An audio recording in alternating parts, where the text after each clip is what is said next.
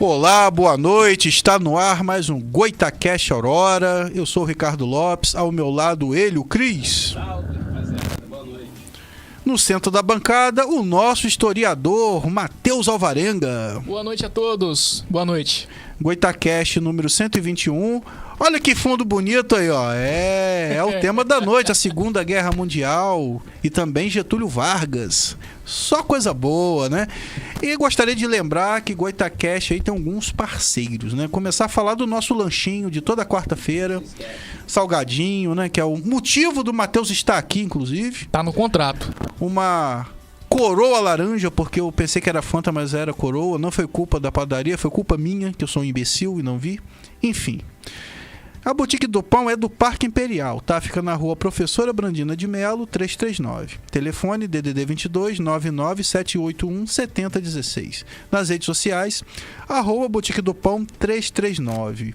Temos também aí como parceiro a Galáxia Burgers, é aqui no Parque Aurora, na Avenida Nossa Senhora do Carmo, 402. Telefone DDD 22 99897 4895. Nas redes sociais, @Galáxia Burgers.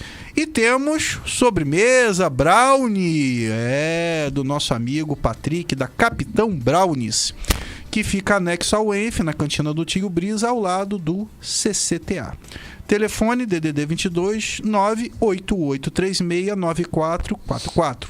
Nas redes sociais, @capitão.brownies. Service Static Car, uma forma diferente de lavar o seu carro. Eles vão até a sua casa, lavam o seu carro sem gastar sua água e sua energia.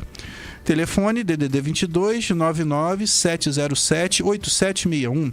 Nas redes sociais, @service.staticcar. E tá chegando, galera, a moto elétrica da Radassa Motos, tá? Você vai se surpreender, que a moto é bonita, né? Vão vir aí 3 modelos, que a gente já mostrou aqui em programas anteriores, mas quando ela chegar em Campos, nós vamos fazer um programa exclusivo para mostrar os modelos. A Radassa Motos fica na rua Aurélio Francisco Gomes, 286 Flamboyant. Telefone DDD 22 99246 6053. Nas redes sociais, @Radassa_Motos. Matheus, né, tava sumido, apareceu aí pra 2 vezes no mês, né? falar um pouquinho curto. de história, né? Um tema interessante, que é a Segunda Guerra Mundial e Getúlio Vargas. E eu não sabia que o Cris tinha ido pra guerra, né? Tá ali na foto. O Cris antes de ir no dentista ali, né? Deve ser. Ali, rapaz, ali ele usava... Antes de eu usar aparelho. Fio dental tipo corda, né, cara? Pra poder tirar ali as coisas ali dos dentes ali. Então, Matheus, hoje a gente vai falar, né, sobre um cara muito querido no Brasil, né, que é o Getúlio Vargas. GV. E odiado também, né? Eu acho que não tem como ficar no meio do caminho, né? Ou odeia ou ama o Getúlio Vargas. E sobre o que eu acredito ser a guerra mais famosa, que foi a Segunda Guerra Mundial. Que eu já ouvi dizer, Matheus, que a Primeira e a Segunda Guerra Mundial é como se fosse uma guerra só com intervalo, né? Você tem mais propriedade para falar sobre isso. Sim. Bom, mais uma vez, boa noite a todos, né? Mais uma vez um tema complexo, mas dessa vez eu não tenho... Tá funcionando? Dá um Alô, toque som na bundinha. testando voz. Isso tem que ser com jeitinho nele, senão ele não gosta. Pronto. Foi. Então, agora que tá tudo ok, é um tema complexo, mais um tema complexo que a gente está trazendo para cá, que também não pode deixar de falar, mas dessa vez a história é bastante conhecida, vou pontuar algumas coisas, e vai levar certamente a gente a refletir, um convite à reflexão sobre um período sombrio na nossa história, em que muitos jovens não têm nem noção do que foi, do que ela representou, do que ela representa ainda hoje, né? Muitos países mudaram a sua política de Estado, a sua forma de defesa, depois que essa guerra ela existiu. Como bem disse o Ricardo, a Primeira Guerra ela foi terminada, ela terminou de maneira mal resolvida. né? A Alemanha se sentiu muito injustiçada, Humilhada. humilhada, a moral alemã foi levada ao chão, apesar da Alemanha não ter sido invadida por completo. A Alemanha não teve lá, como houve no final da Segunda Guerra Mundial, a destruição de Berlim, a ocupação de Berlim pelas tropas aliadas, e ela julgou que a Inglaterra, a França, e até culpou também ali os mais extremistas, culparam até os judeus também pela derrota na Primeira Guerra Mundial. Então é uma coisa assim, a Alemanha foi muito fustigada, ela foi muito cutucada, mexeram numa coisa ali na moral dela, e começaram a repartir os territórios dela, né? Culparam ela foi a única culpada da guerra. Ela teve que pagar a indenização, uma coisa absurda, que ela não teve condições de pagar, e ela teve que dar uma parte da indústria dela para no caso, os aliados da Primeira Guerra Mundial, poder receber o que ela deve, né? Então a Alemanha foi humilhada. E aí, nesse meio de humilhação, sempre tem um cara, né, de desordem, de cabeça baixa, sempre tem um líder ou um maluco, ou pode ter os dois, que foi o caso do Hitler, né, que ele acabou vindo e botando lá a moral do povo alemão pra cima. Só que quando a gente tá com raiva, né, às vezes o cara tá falando cada asneira ali que a gente não tá prestando atenção. E foi assim com o povo alemão. Ele realmente começou a mexer com a infraestrutura, ele modernizou as forças armadas, a Inglaterra tava ali de olho há muito tempo na Alemanha, porque dava-se a Alemanha como um cachorro morto. Os outros países, ela não vai fazer nada não, tá até com os exércitos limitados, ela assinou aqui tudo direitinho. Só que o Hitler, ele tava nem aí pro que foi assinado, se eu não me engano, um acordo de Genebra, se eu não estou enganado, em Genebra, eu acho, quando foi feita ali a negociação. Sabe de novo? Esse aqui tem que ter um carinho. Foi agora? Você não pode nem tocar. Pode tocar, não. Tapinha da bundinha. Quando foi feito ali os acordos no final da guerra, então a Alemanha, cara, era certo que, por isso que foi bem dito aqui pelo Ricardo, foi um assunto muito mal resolvido, essa Primeira Guerra para a Alemanha. Estava atravessada na garganta, como está atravessado pra gente os 7-1 até hoje. Basicamente isso, né? E com a Alemanha de novo, né? E com a Alemanha de novo. Então é mais uma reflexão. Agora, a questão do Getúlio Vargas, o Getúlio Vargas, ele nasceu em São Borja, lá no Rio Grande do Sul, no dia 19 de abril de 1882. Ele ainda nasceu no Império do Brasil, o pai dele também era um advogado, era uma pessoa bastante conhecida em São Borja. O que tem a ver o Getúlio Vargas com a Segunda Guerra Mundial? Tudo. E naquela época, ainda no Império do Brasil, nos últimos anos, o Império foi tombado, depois veio a República, e a República, todos sabem que a primeira, já contei essa história que veio de forma ditatorial, teve ali em 1889 a proclamação, ou o golpe. Aí até 1894, a República Brasileira, ela foi governada pelos militares que participaram no golpe. E de 94 em diante, uma coalizão ali de oligarquias com presidentes já de cartas marcadas, né? Cada hora é um, vamos dizer assim, a brincadeirinha, de Minas e São Paulo, começaram a governar o Brasil. Então foi nesse contexto que o Getúlio Vargas ele se cria. Houveram outros homens corajosos, como por exemplo Nilo Peçanha, líder da reação republicana, que tentou ali desfazer esse tipo de república que foi feita pelos militares e depois pelos oligarcas, os cafeicultores e os latifundiários. Para o Nilo Peçanha, esse tipo de república que veio para o Brasil era uma república nociva. Ele não concordava com esse tipo de república oligárquica. E ele foi vencido, né? E depois de muito tempo vem quem? Vem o Getúlio Vargas. O Getúlio Vargas já era bastante reconhecido lá no Rio Grande do Sul, já era um político famoso até no território nacional. E o que ele faz? Nessa brincadeirinha, vou falar como ele chegou no poder, nessa brincadeirinha de cada hora é um, o Washington Luiz, que era de São Paulo, indicou o sucessor dele, o Júlio Prestes. Mas como assim, a eleição ia indicar? Eu preciso explicar mais alguma coisa? Tô falando aqui, ó, eu sou o presidente da República pelo estado de Minas, o próximo vai ser o próximo presidente, foi um candidato, não, o próximo presidente vai ser o nosso amigo Ricardo, e depois vai ser o Cris, e assim vai ficar essa brincadeira. Então tá na cara que as eleições na época, elas eram fraudadas, até porque existia um órgão que era controlado pela própria presidência da República, chamado de Comissão Verificadora. O que era essa Comissão Verificadora de Votos? Era uma comissão indicada indicada com seus representantes indicados pelo presidente para poder se conferir os votos. Indicada, ali as pessoas que vão estar verificando os votos pelo próprio presidente em pessoa. Ou seja, tá na cara que esse tipo de instituição era uma instituição totalmente fraudável, né? Eu vou combinar lá pro nosso amigo Ricardo, pro nosso amigo Cris conferir os meus votos lá. E se não tiver voto meu, eles sabem muito bem o que eles têm que fazer. É igual funciona as eleições da Venezuela hoje, né? Isso não seria tipo um parlamentarismo? Não é bem um parlamentarismo, não. Não é porque, num caso, não se enquadra exatamente no sistema parlamentar, porque no parlamentarismo tem o risco de você perder para a oposição. E ali era sempre a galera da panelinha, né? Então ali era uma jogada do presidencialismo que eles encontraram... Tá conseguindo... Tá, o cara tá com sede, vai lá, vai tomar. Eu pensei que alguém estava à porta aqui querendo pegar a gente. Calma, Xandão, vem agora não. Não, rapaz, você falou umas coisas comigo, vou botar no ar depois. Mas aí, então a gente sabia que esse tipo de coisa já estava entalado, tanto na garganta dos tenentistas brasileiros, esse tipo de prática política, de muitos nordestinos que houveram revoltas.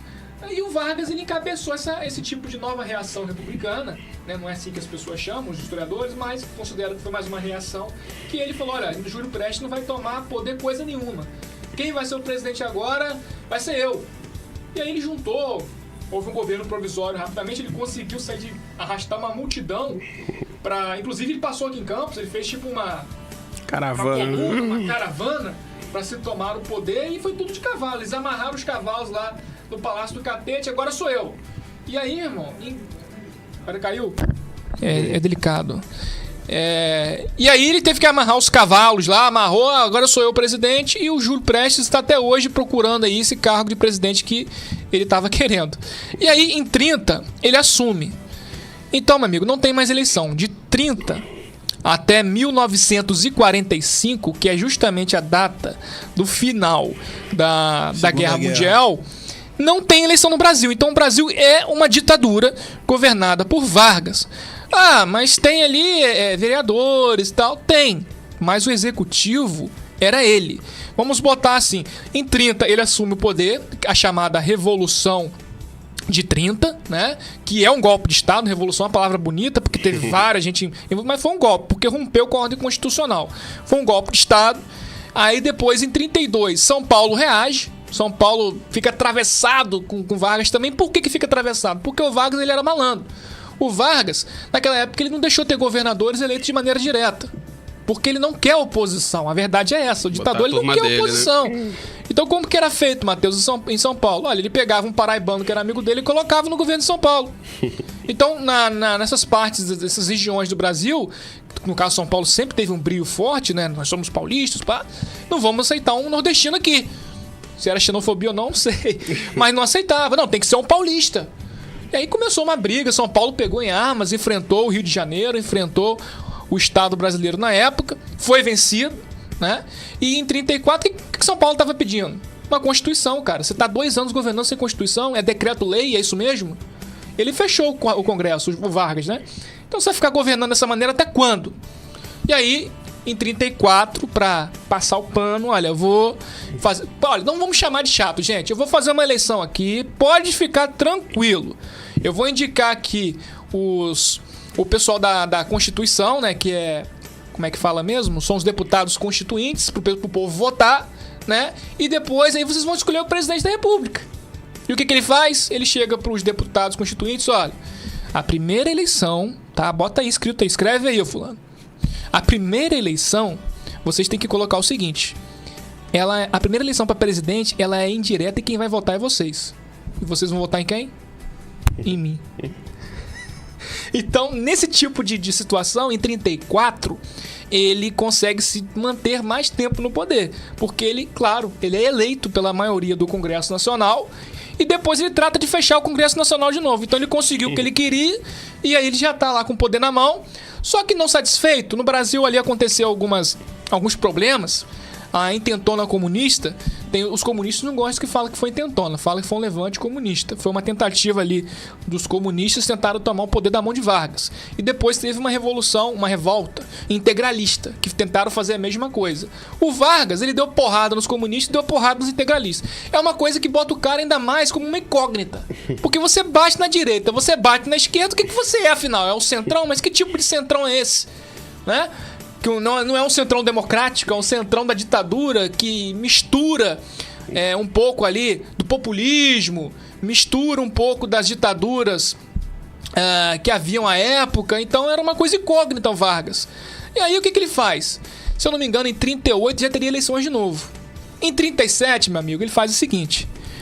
Se eu não estou enganado, o nome do cara era Olímpio Mourão. O cara, ele era um militar do exército. E ele fala o seguinte pro cara. Olha... escreve aí, bate aí, faz uma datilografagem, né? Escreve aí que o Brasil está sendo ameaçado por comunistas. O Brasil, em pouco tempo, será tomado por comunistas de norte a sul. A propriedade privada vai ser abolida, o kit gay vai chegar nas escolas. Então, vocês têm que evitar isso, entendeu? Aqui é papai, mamãe, cristão, classe média. E aí... o que acontece? Desde aquela época já rolava isso. O povo fica louco, né? Pô, os comunistas vão invadir. E o que ele faz? Calma, que eu tenho a solução para evitar que isso aconteça. Eu vou criar o Estado Novo do Brasil. Olha só, eu vou indicar de novo aqui os governadores, eu que vou indicar.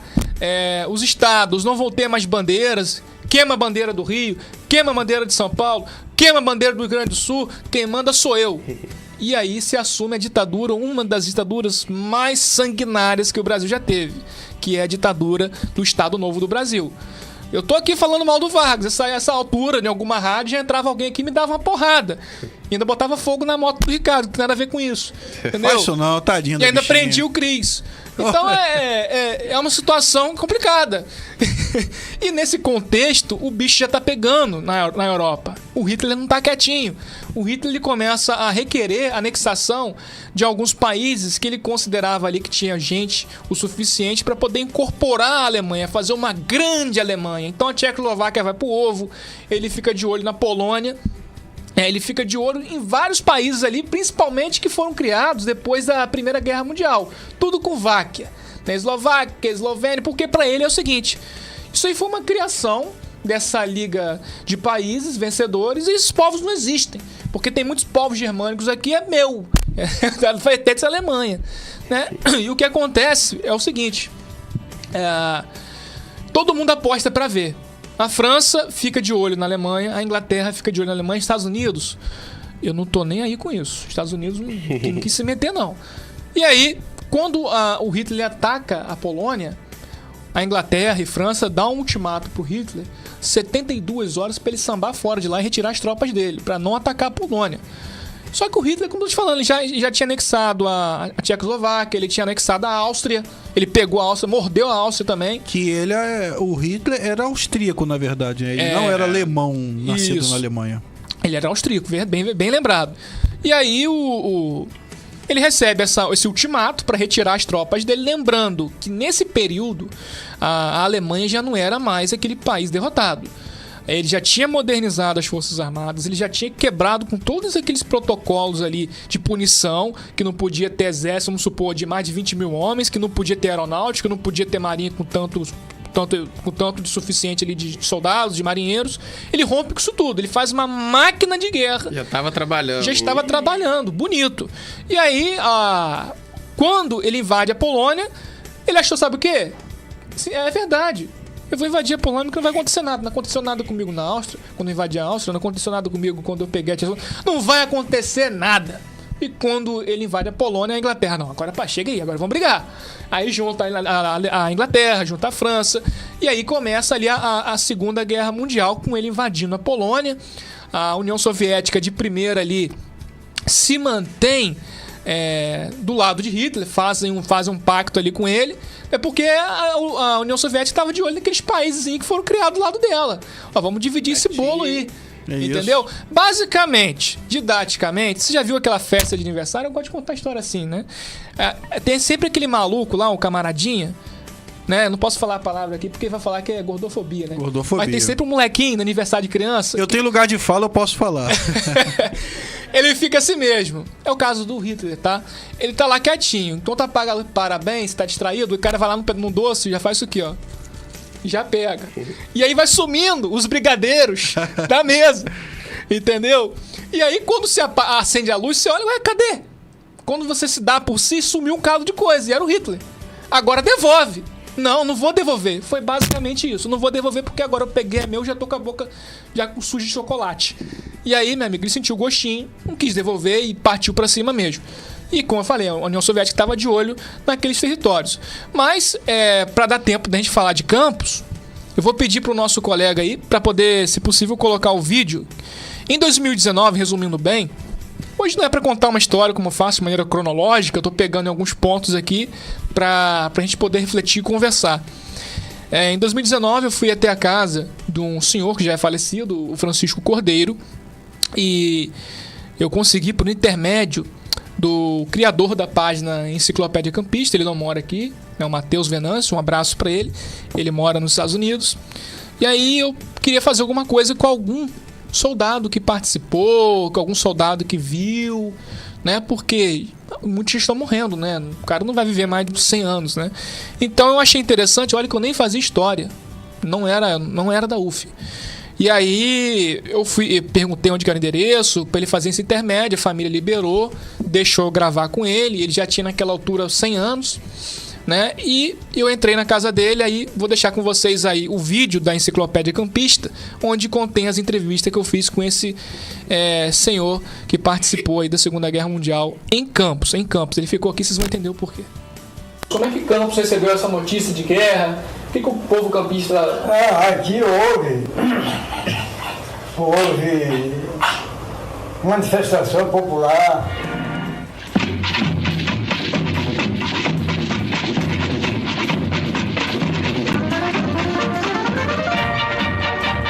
Parecia que tudo ia muito bem para Getúlio, mas o mundo estava longe de ser um lugar tranquilo.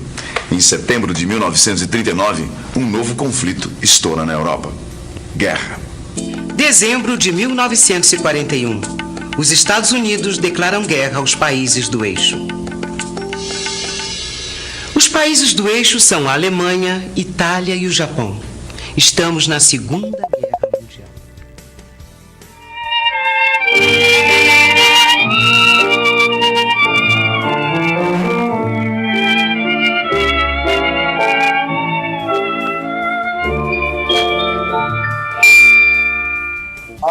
O quartel era na rua 13 de Maio, vizinha à igreja de São Francisco. Ali tinha funcionado um colégio estadual. E depois do batalhão foi um negócio de SAPS. SAPS tinha restaurante popular, vinha... Isso depois que o batalhão ficou ali durante os 8 a 10 anos. Eu servi ali 2 anos.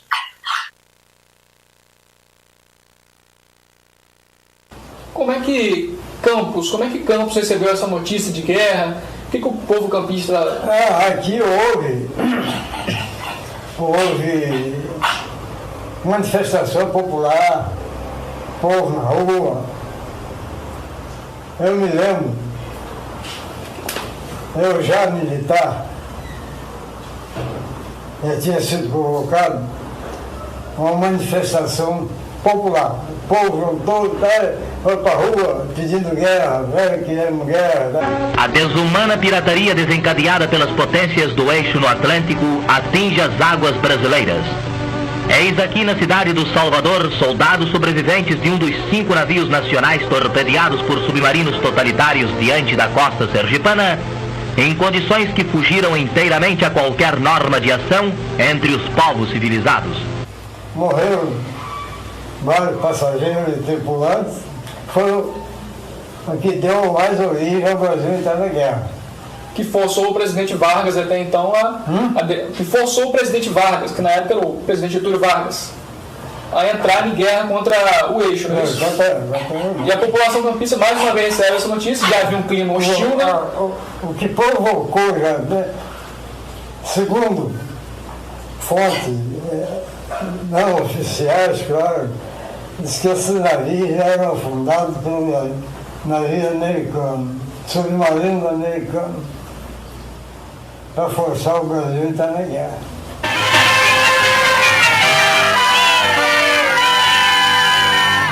My friends, I extend felicitations to our South American relations. May we never leave behind us all the common ties that bind us. Gente, na época eu estava no quartel, estava no exército, o mar botou para fora mercadoria do navio afundado. Era um navio misto de transporte e passageiro. Morreram vários passageiros e tripulantes.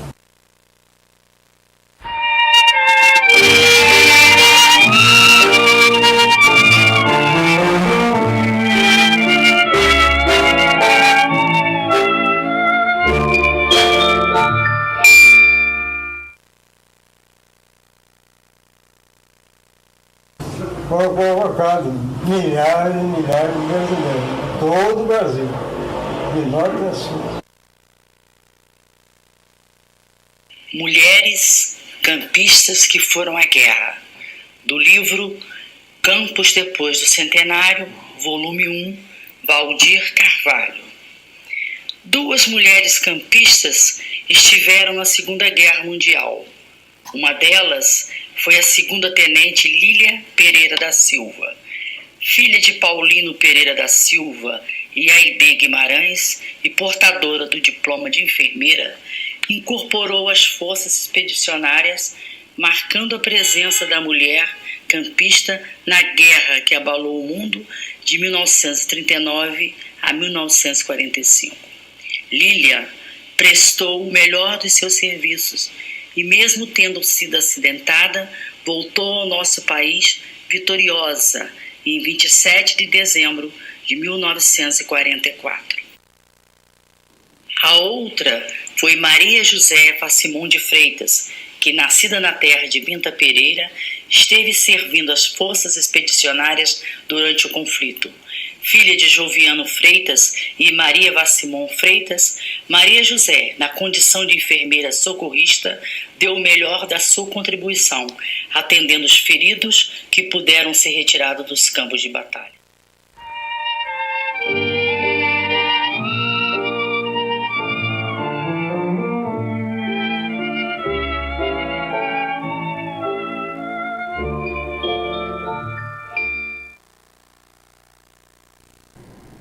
Aí, ó.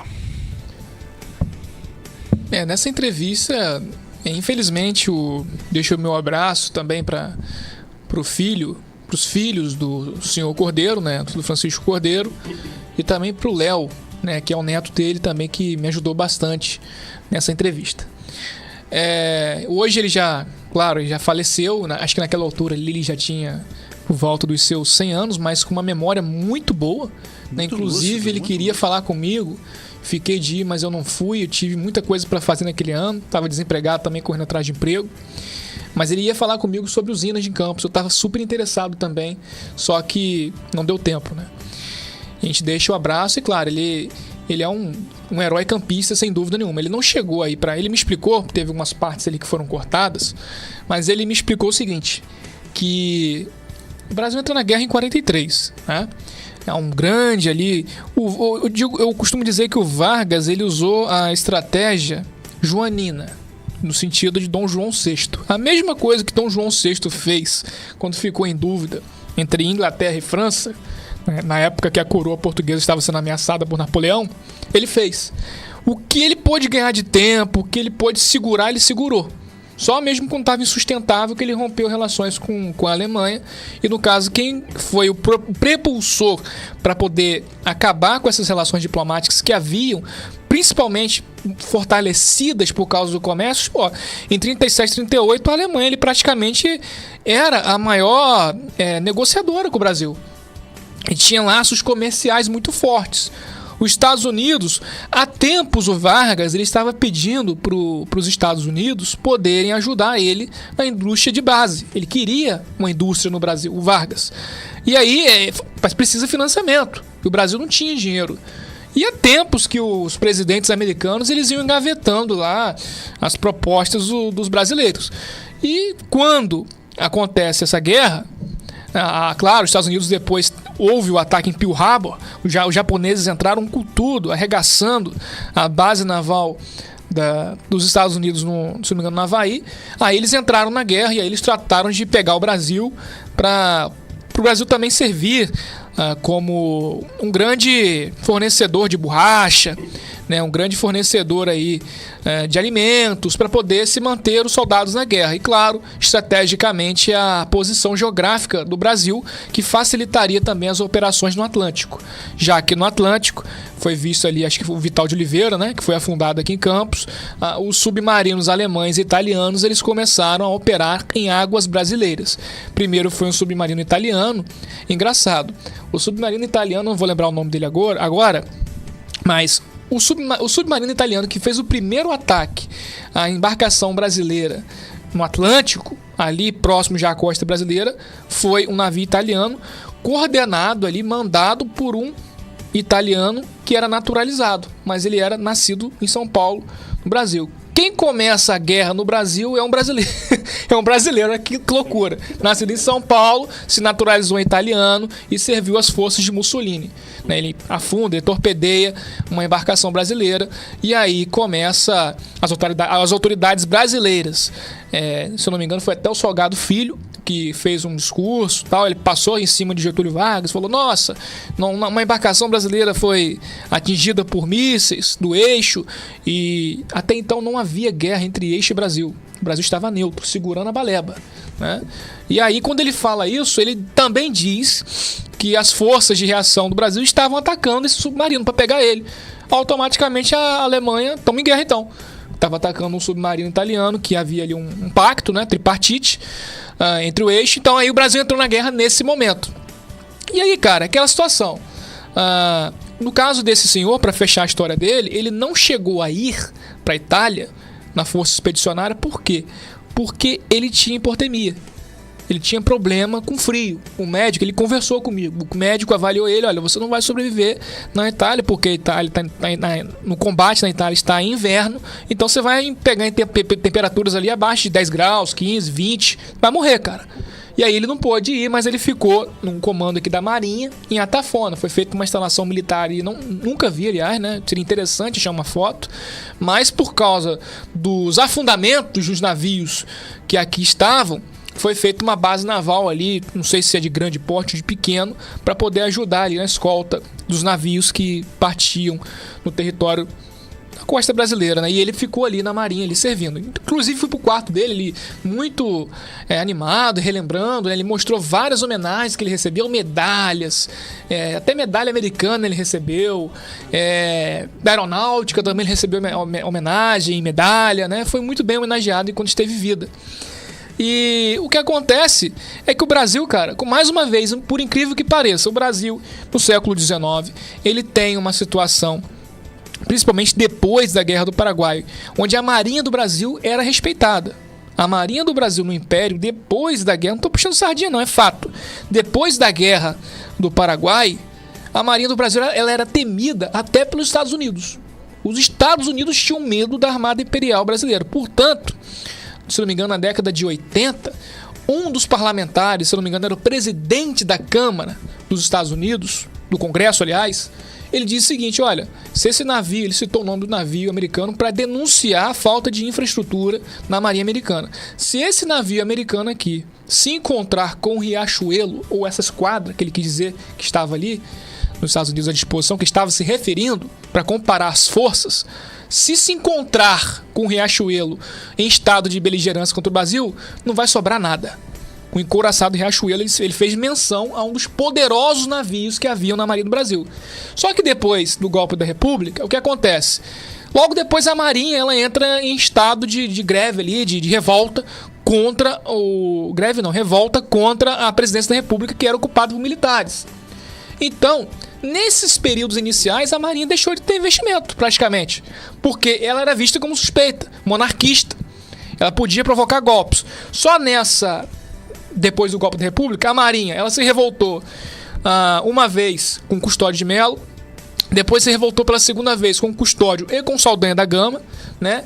Depois ela se revolta, uma parte dela, com João Cândido, a revolta da Chibata, onde um navio da Marinha é pego por esse João Cândido negro, que foi contra a chibatada na Marinha, onde castigava os negros ali com chibata.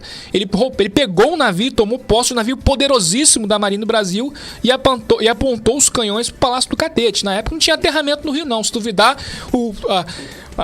aquele canhão que ficava no navio, se duvidar, ele entrava dentro da janela do presidente, né? Porque não tinha aterramento no Rio. Hoje está bem afastado, né? A Baía de Guanabara. Então a Marinha suspeita, cara. A Marinha, de certo modo, ela sofreu sim alguns investimentos, mas não tinha grandes coisas. Então, portanto, 30 anos depois, 20 anos depois, tem a Primeira Guerra Mundial. Qual foi a participação do Brasil na Primeira Guerra Mundial? Muito básica, não tinha barco. O Brasil não tinha barco para poder enviar, não tinha avião, não tinha nada.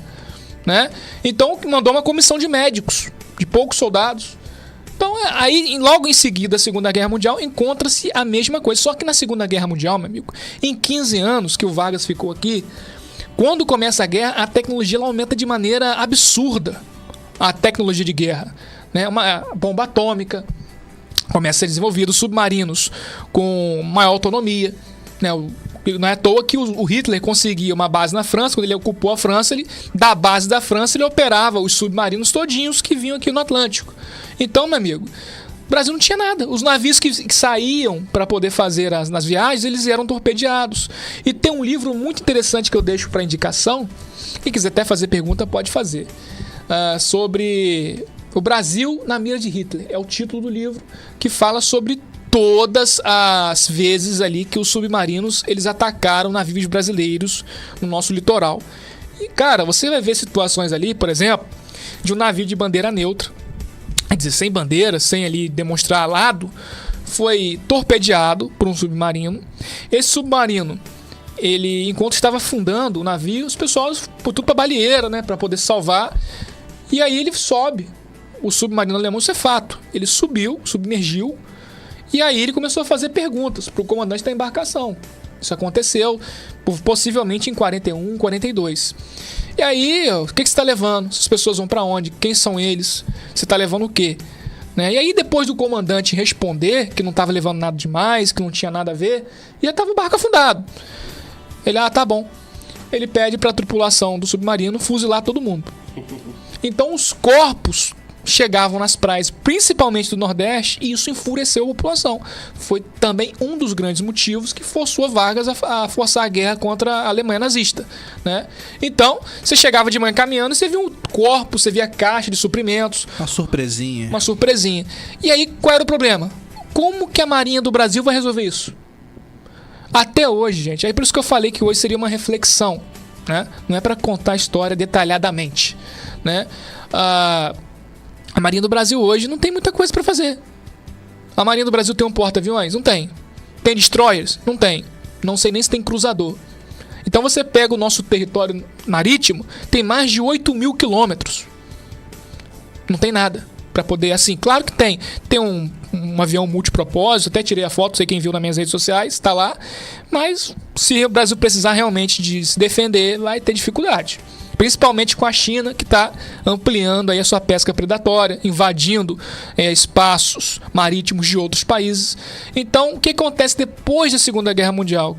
No caso, Estados Unidos, Brasil saem vencedores. O Brasil simplesmente fica debaixo da asa dos Estados Unidos. Entendeu?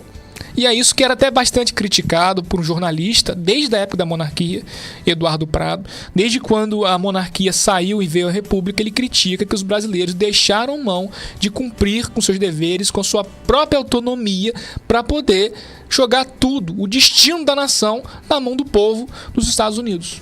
Então a defesa a gente emprega para terceiros, isso não existe, né?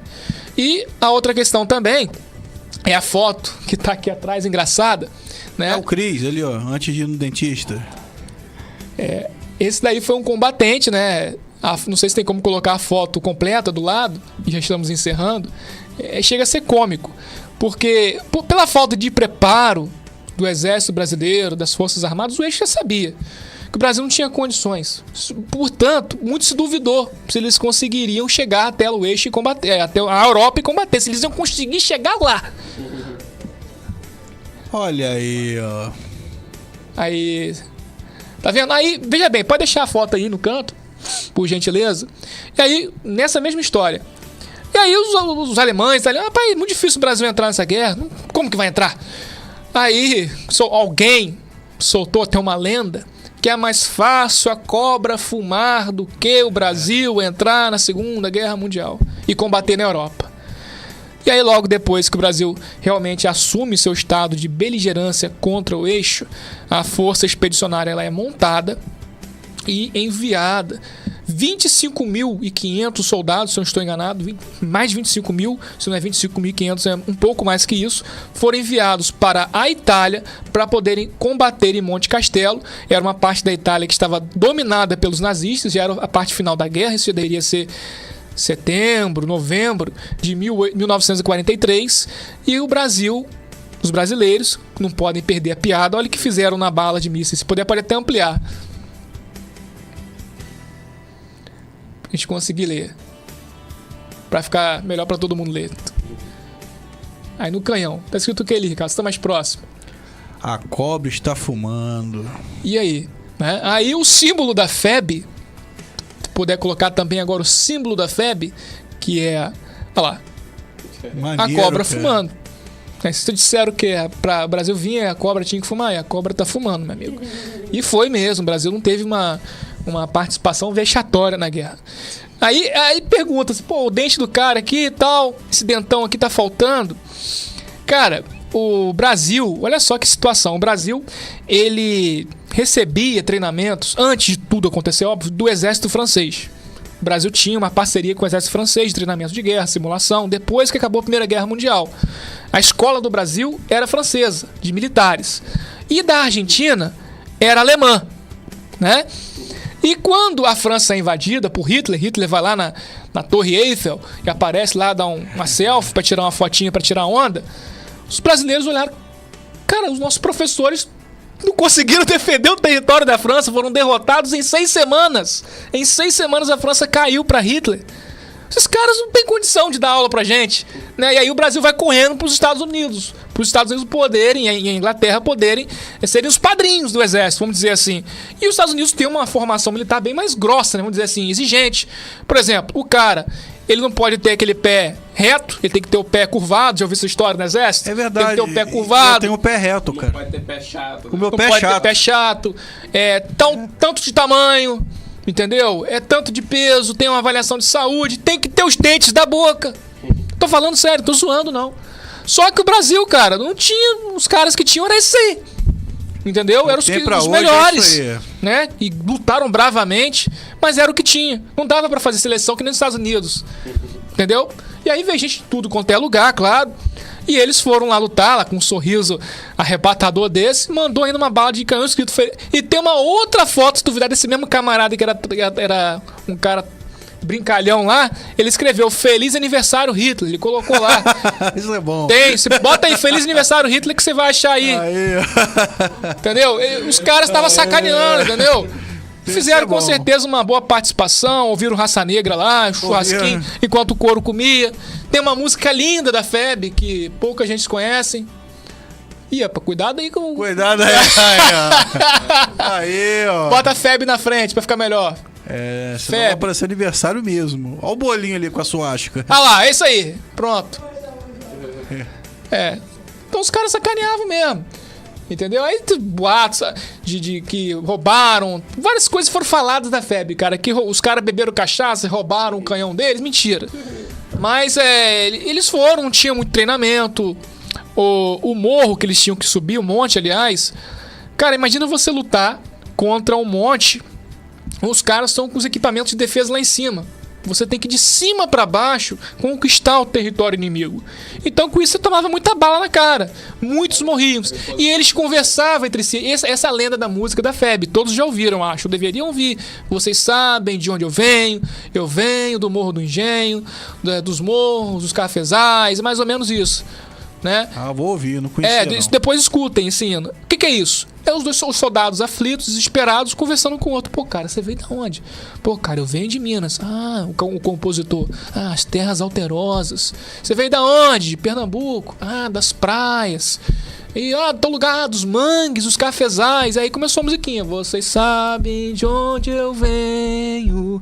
Venho do Morro do Engenho. Eles foram subindo nesse astral todo e conquistaram. Eles botaram os nazistas para correrem de lá. Só que tem um detalhe, antes de encerrar, quase que a FEB não consegue chegar na Itália, porque o navio que foi transportar eles para lá, a inteligência nazista aqui no Rio era muito forte. Existiam nazistas escondidos ainda que se comunicavam, detetives e tal, e eles mandavam recado, a FEB tá indo lá, hein? Tá indo em direção à Itália, mais precisamente a Nápoles. Então já tinha uma esquadra, uma força aí. Ó. Pode colocar. Olha lá, 2 anos, né? Lá, feliz aniversário, lá, segundo aniversário, Hitler. Estamos aqui estamos. Né, a gozação dos soldados. Então eles pegaram realmente isso aí como lema, pegaram mesmo ali como para servir de empenho para a luta deles, né? Pro astral deles. Foi muito legal essas brincadeiras dele. E aí, o navio, ele quase vai ser interceptado pela aeronáutica alemã com bombardeiro, já ia vir em cima do navio e ia matar os... De primeiro foi 5 mil, depois foram outras levas, iam matar de primeira, só para baixar a moral brasileira. 5 mil brasileiros iam ser mortos na hora, porque já estavam se deslocando as aeronaves alemães para poder matar esses brasileiros, para nem chegar a lutar. Só que aí também a inteligência dos aliados descobriram e interceptaram essas aeronaves. Senão, a primeira leva dos soldados iam morrer sem tocar na Europa. Olha, e eles nem souberam disso na hora, eles chegaram lá, inclusive o uniforme deles não era esse daí, era um uniforme mais fechadinho assim, ó, estilo alemão. Quando eles chegaram na Itália, eles estavam sem armas, até não tinha armas para eles ainda, ia ser disponibilizado para os aliados. Eles ficaram sob a submissão da Inglaterra e dos Estados Unidos, que ia dar as armas para eles, explicar como é que atira. Meu amigo, isso aqui não é xilingue, não, isso aqui é uma metralhadora, né? Isso aqui não é arma de... né? E aí, o que acontece nisso daí é que eles foram desarmados, macharem na Itália. Estamos chegando. A população tacou pedra neles. Tacou pedra. Por que tacou pedra neles? Por causa do uniforme. Acharam que eram alemães, presos de guerra. Então a primeira chegada foi na pedrada. Entendeu? Então vamos encerrando aí. Aproveitar e dar boa noite a quem está assistindo a gente pelo Facebook. Kel Freitas, minha esposa. E Júnia Lopes, que é minha mãe. Dando boa noite, meninos. Eu não sou tão menino mais, né? Então, tem essa história toda, como eu falei, foi uma questão de reflexão sobre as nossas forças armadas atuais, sobre o heroísmo, né? Eu canso de falar, pessoal, não pula de skate. Pessoal que gosta de skate, Charlie Brown Jr., maneiro. Eu falo, cara, com as escolas que eu vou, não pula naquele monumento do soldado não, cara, porque aquilo lá... É verdade, né? Boa reflexão. Eu falo... Entendeu? Bota o seu fonezinho ali, de Charlie Brown Jr. e tal, se escuta ali na onda, Netroots. Pula em outro lugar, cara. Pula do Dick, mas não pula naquele monumento ali, porque o soldado que tá ali representa a bravura, a honra desses soldados que tombaram em guerra. Teve campista que tombou em guerra. Então, vamos valorizar, né? Isso. E se vocês forem analisar o braço direito, se não estou enganado, do soldado, quem tiver na praça ali, né, comprando jornal ou querendo ir fazer fofoca, passa lá na Praça Salvador e olha pro distintivo do soldado. Vai estar lá no braço direito a cobra fumando, o emblema da FEB. Aí, né? Interessante. E onde os pombos, infelizmente, usam para defecarem. É. Mas tá lá na Praça Salvador, você pode chegar lá. Não tem Museu da FEB em Campos, infelizmente. Tem uma associaçãozinha que eu nem sei se está funcionando ainda. Mas tem lá as placas, leem os nomes. Tentam se conscientizar da história daqueles homens. Porque... a reforma da praça. Rapaz... e tem uma história sinistra isso aí. Tem uma história sinistra. Você quer contar? Eu não sei ao certo, mas... Parece que queriam tirar e deu treta, né, cara? Queriam tirar. Não só durante... Não conseguiram tirar, óbvio. Resistência, claro.